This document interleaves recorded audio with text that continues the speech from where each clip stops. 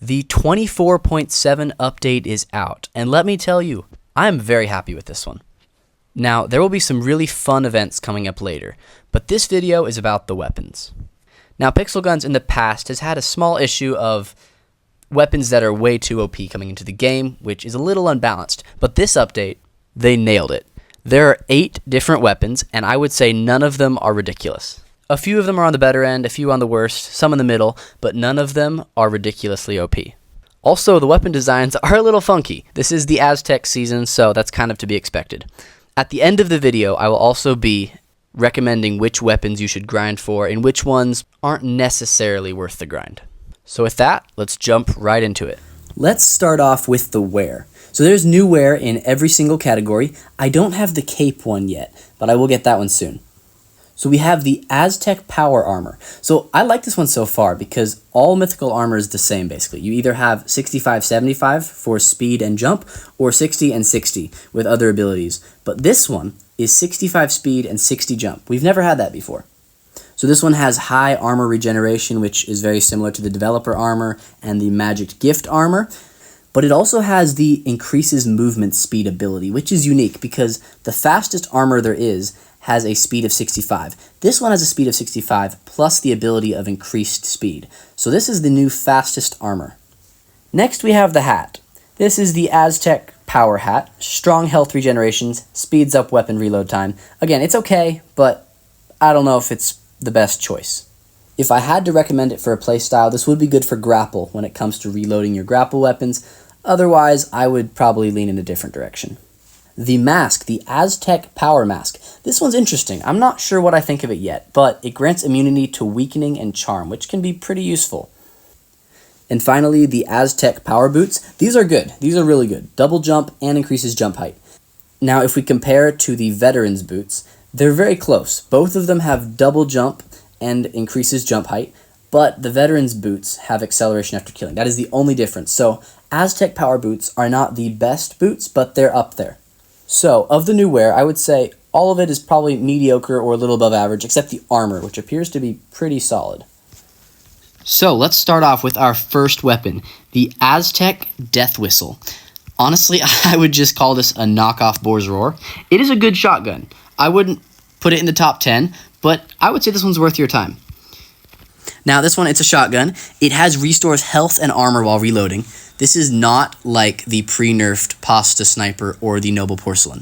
This one has about a 2-second delay, and then it will heal 50% of your armor and 50% of your health. So still very useful, but not ridiculously overpowered.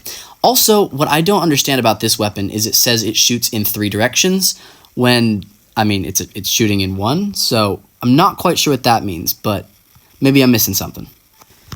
And now we have the Sledgehammer. This is a legendary backup. All it is a shotgun pistol, and the opponent, when killed, explodes.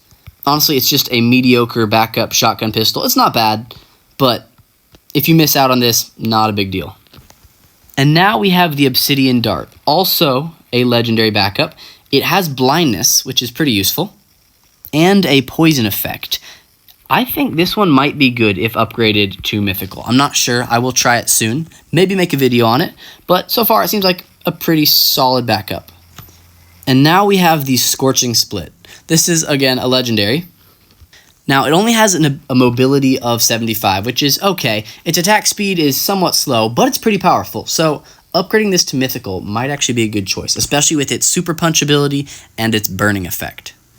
And now we move on to the Codal Whip. This one is interesting and pretty good. Very powerful. It has a really good mobility, and its effects are bonus points, massive bonus points, by the way. Like, you get a lot. It has a bleeding effect, and it does more damage to the cursed. So basically 2-shot every time, no matter what. And now we have the Special. This one, I'm not a fan. I don't know if I use this kind of weapon wrong, but in my opinion, these kind of weapons aren't that great.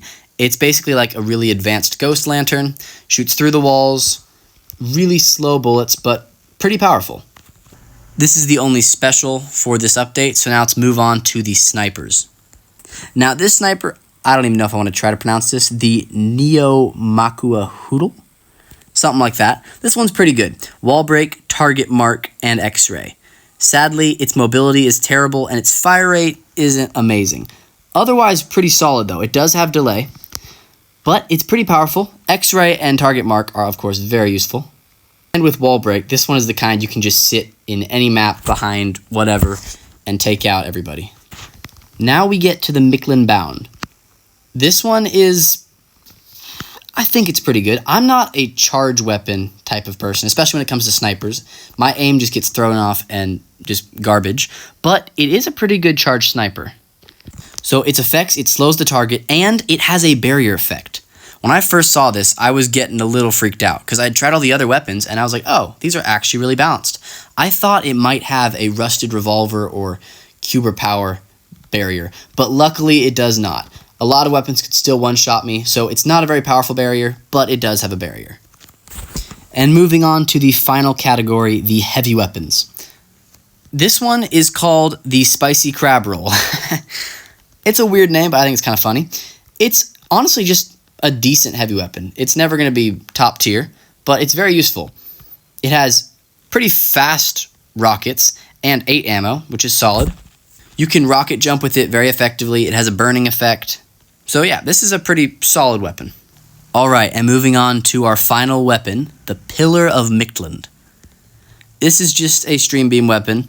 It's, again, not bad, not amazing either. It's charge shot, stream beam, and has the lifestyle effect. Otherwise, it's just your average stream beam. Its distance is, as usual, pretty restricted, but when you get close, it can do some crazy damage. I would, of course, advise this for smaller maps like Classic Pool or Arabian Dust rather than Nuclear City. Probably not the best choice, but it's a solid heavy weapon.